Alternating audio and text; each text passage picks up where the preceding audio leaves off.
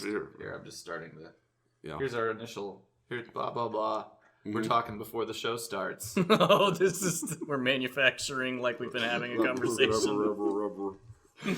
Hey, remember that thing we were just talking about? Oh, that was... Wrecked him, done near killed him. Megatron must be stopped, no matter the cost.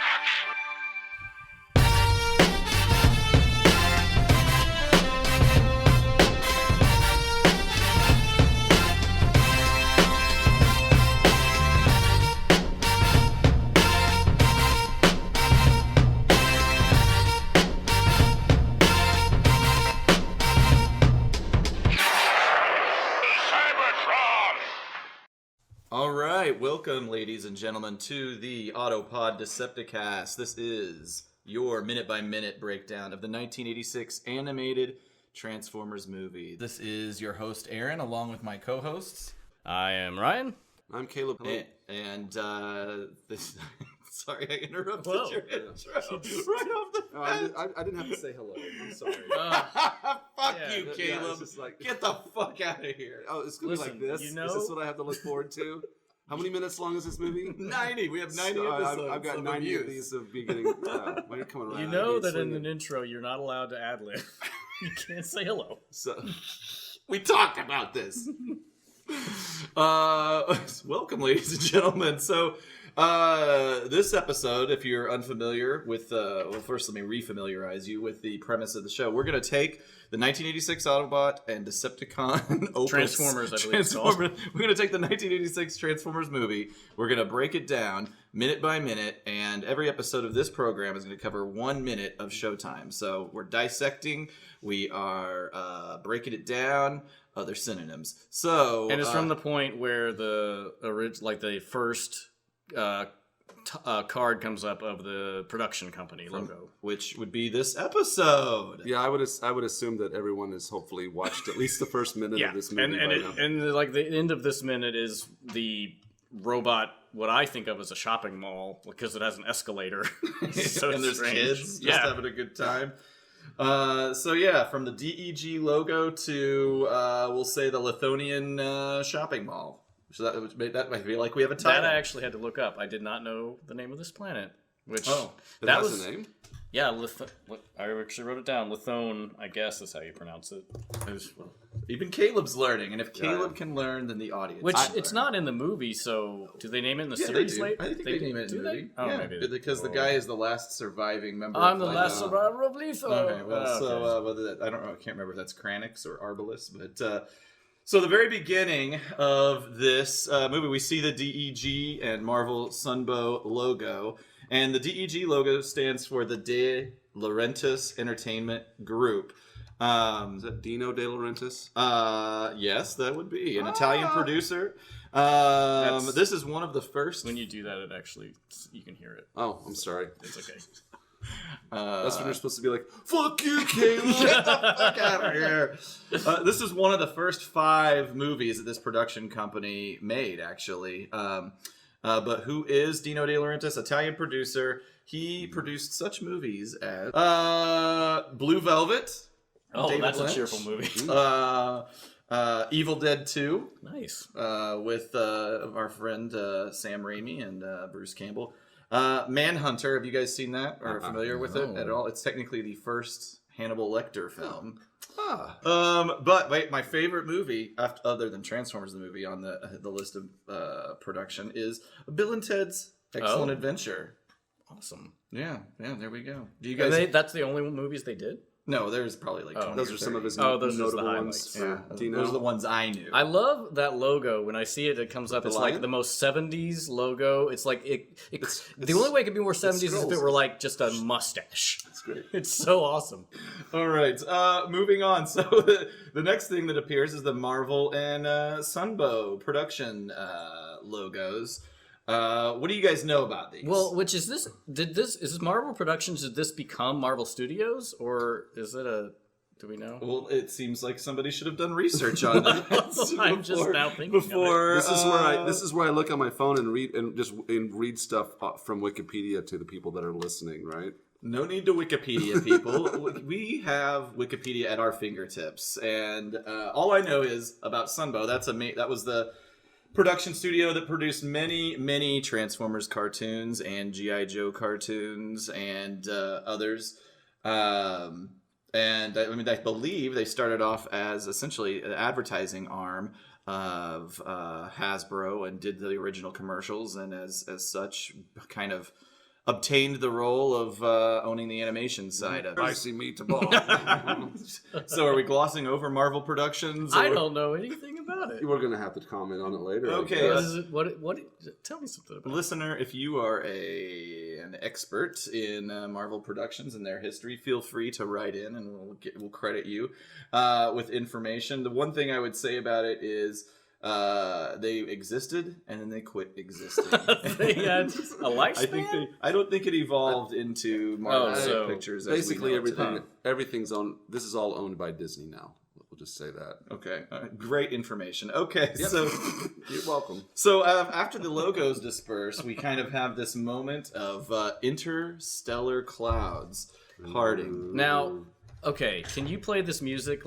We'll drop it in later, but the music that plays here, I want to play something for you guys in a second. After, the music that plays whenever Unicron flies by the sun and goes up to the Lithonian planet.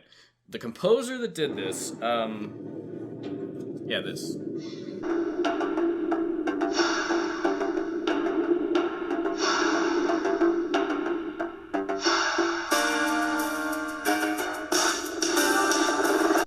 Okay, that's enough. So that, I want you to listen to, this.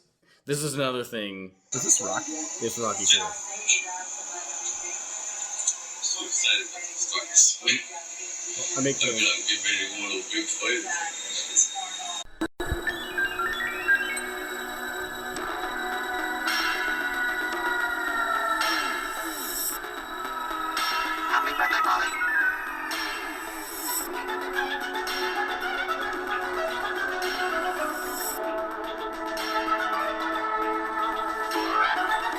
I mean, this guy had a style. So that was the same composer. Yeah. And by the way, that's when the dumb robot's coming into the room and Polly's looking at it like. Yeah, well, it's like the strangest addition to a movie ever. We're having a robot that. I'm assuming, for no reason. Not that this podcast is about Rocky, but I'm assuming that robot was there to illustrate how crazy spendy they were. I mean, everybody just wanted Isn't that robots the one where he went bankrupt? That Rocky V is where he is bankrupt. But you could see he was making some poor decisions. Yeah, let's get this. You're watching this and you're like, they're going to make another movie and he's going to be destitute. Paulie 100% fucked that robot, right? We all agree that. And he also did some movie work for Staying Alive. But this guy became known kind of as the Transformers soundtrack guy. Here's a quote I found on Wikipedia. DiCola has had enough of a cult following amongst Transformers fans to have warranted the release of several albums of music related to the Transformers movie as follow-ups to the original 1986 soundtrack. Yeah, as somebody who is, we talked about our how connected we are to Transformers as a franchise today. As somebody who is, of the three of us, most connected, and even then I'm only tangentially, but I see message boards. I'm a lurker, not a poster, but people fucking love him. Really? He is a god. Maybe even a higher level of god than Stan Bush, but just people love him. He goes to conventions and does all that shit. And does he play? Does he perform? I think so. Yeah, I think they have done shows. Yeah, at some of these conventions, he and Stan Bush. And I also know there's a new-ish Transformers game that came out a while back called Devastation, and he composed the entire soundtrack to it. And it's rockin' synth shit. Synthesizers. I love it. It's so awesome. I did not like it that much as a kid because I was never a metal guy. But I mean, his stuff is good. I mean, it's pretty. It's so interesting because I've never really heard another. It's that breathy stuff that's in there, and right. And the steam sound. I feel like he just copy pasted on that, and maybe really did a couple little very tweaks, similar, a couple level tweaks on there. Okay. His music's setting it up as Unicron is flying out of a nebula, and he's flying towards this passes planet. a star. Beautiful animation, by the way. This movie's gorgeous. Where that close up of Unicron is like that flyby, like like it kind of scrolls. Yeah, I mean that's the thing. One of the things, like I love all the animation of this movie, and like just like you were saying in the prequel episode where you talked about like they were kind of making some of the stuff up on the fly, but like the part where he flies by the blue star. I mean that like blurry like heat like looking thing, and this is skipping ahead, but when Devastator actually destroys one of the gun turrets, it's the same like heat wave like looking thing. It's just the little details like that are so awesome. Like and the glowing aspects of this movie, it's just so pretty. Would you say that the animation at the front end of this like is? Do you think they went to more trouble up at the front? I'm not saying the animation gets worse. I don't think they were as tired for sure. There are parts that are not awesome, but most overall, I think it looks really great. By the way, it's a binary star system. Yeah. So what I'm trying to figure out is how big do you think Unicron is? Like he's bigger. He's definitely smaller than this star.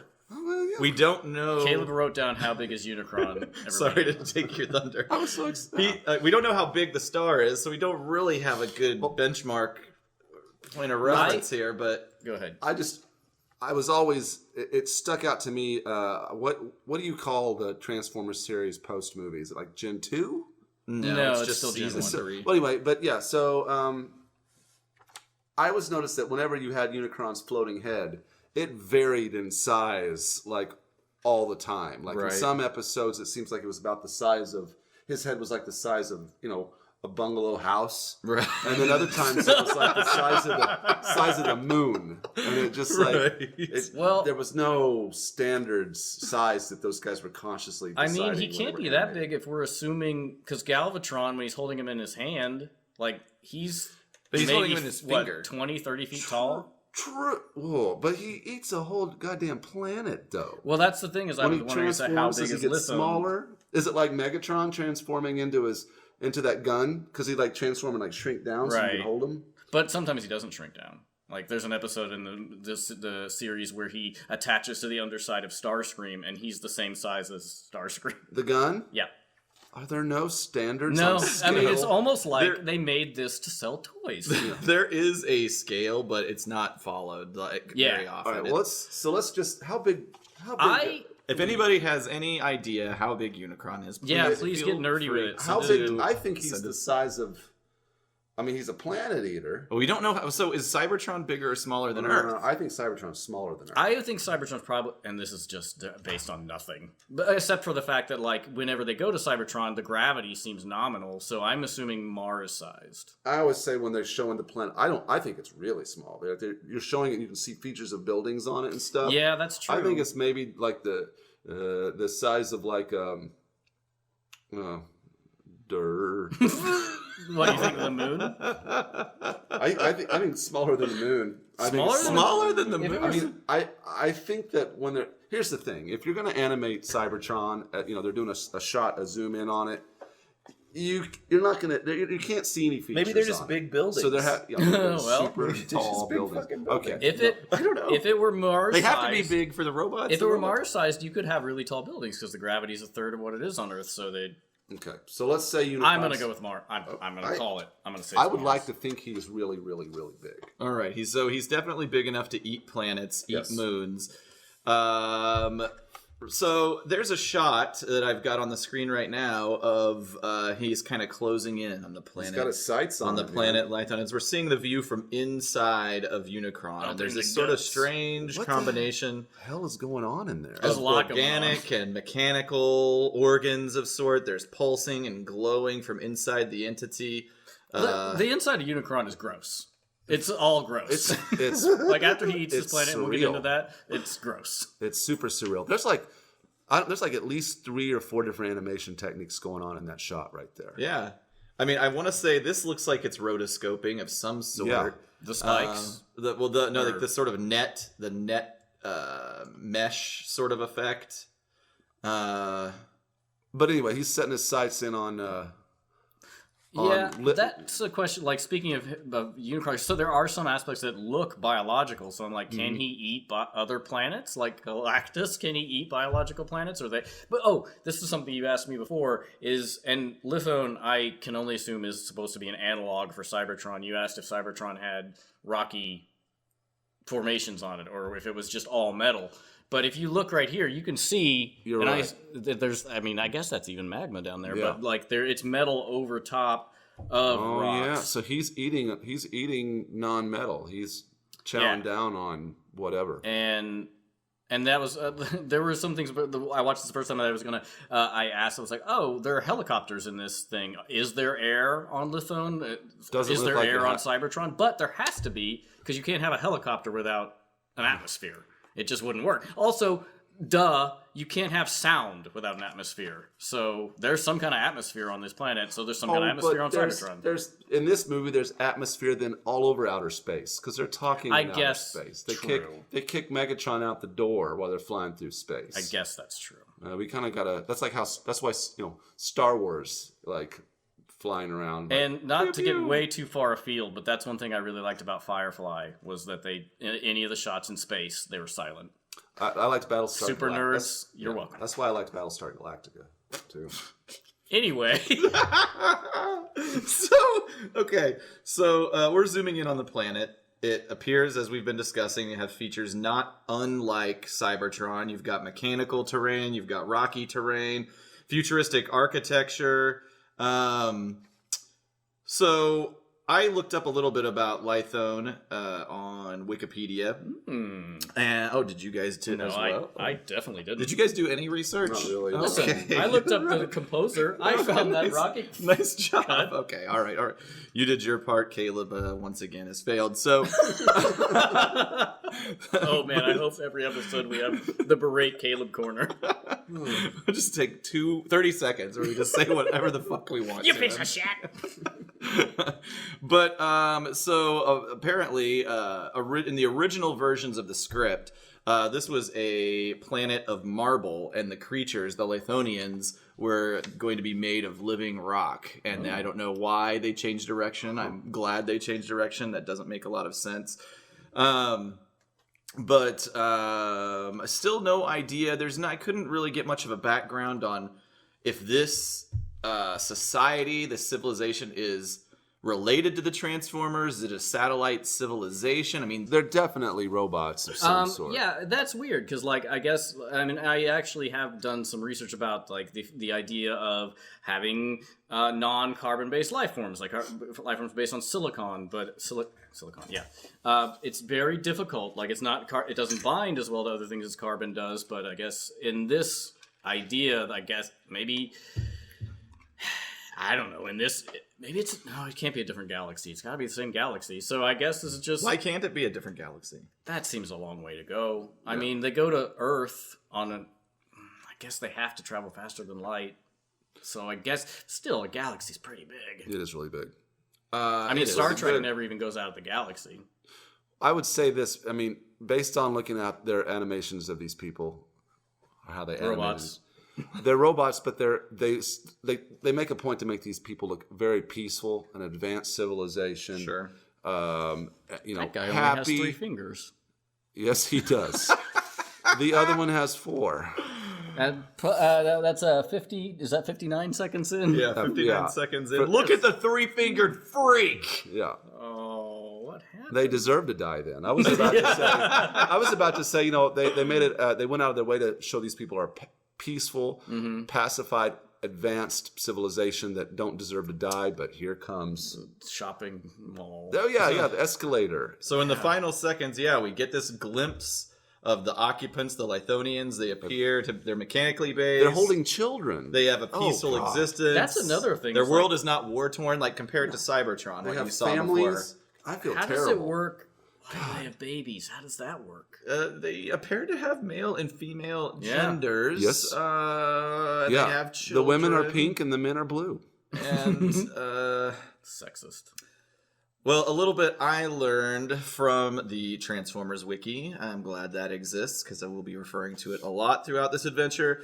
The Lithonians are highly emotional. They're not revengeful. They're capable of interstellar travel. And another interesting tidbit is that the Lithonian models, were used in later episodes of the Transformers as Junkions. They were just recycled and became Junkions later in the cartoon series. Were they used as Junkions later on in the movie here, but were just I think what I read was just referring to the television show. Interesting.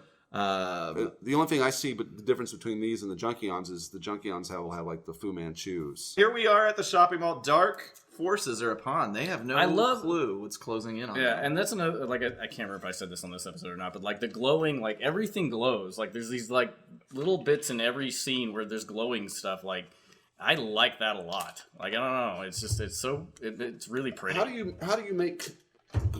make something look like it's glowing light in animation? I've actually looked this up. It's been a long time. The way I understand it is, I believe at this point, it was like those parts are cut out and the cell is lit from underneath. Oh, wow. I think. Yeah. And then they snap the shot. Yeah. That sounds really tedious. So it's real light. And they got to get the right color, too. Mm-hmm. And if you notice in the cartoon, that's why a lot of times they'll be off a little bit sometimes. Like the glow. They are cutting it out of the film. They're out of the cell, out of the animation cell. Or they're just leaving it clear. Right. They're just leaving it clear. It's not cut out. Yeah, I guess that makes sense. I mean, but also, like, the set, like, the parts that are moving is the only cell. Like, the back painting, that's not even, I mean, there's separate parts. Yeah. Like, so. As an audio medium listener, it's hard to understand what we're talking about. But again, we're going to assume that you have seen the movie and have some knowledge. I would recommend just having it up on your device. And we'll try talking, obviously. Yeah, we'll try, I guess, to make like second markers. Right now, we're just looking at the 59-second mark of the movie in the shopping center, and the poor man with 3 fingers. Oh no, we've moved. No, we can't move into the second minute yet. We got to wrap up the episode. I'm sorry. I mean, we can talk about some other things. But let me ask you guys a question. Do you think the robot is sexy? Yes. Is sexy? Would you bang? Oh God! Would you? I mean, I love sex. Would you bang the robot at 59 seconds? Check her out. She's got the hips, the legs. She does have some nice hips. She looks like she's probably a runway model on this planet. It's gonna hurt your dick. She's not gonna be moist. It's all hard, angular. See the Pandora's box that you open here. They've got lube, I obviously. guess they do have lube. That's true. Jesus. Mamma mia. Put it in my tailpipe. Okay, and on that note, we've closed out the episode from the DEC logo to the Lithonian shopping mall. Please like, comment, subscribe. You can email us at apoddcast@gmail.com. Our Twitter is @apoddcast. Facebook, we're Autopod Decepticast. And Instagram, apoddcast. And of course, you can link to all our social media through our website, autopoddecepticast.com. And please enjoy the show. Tell your friends about it. We'd appreciate it. Thanks for your time. Thanks, guys.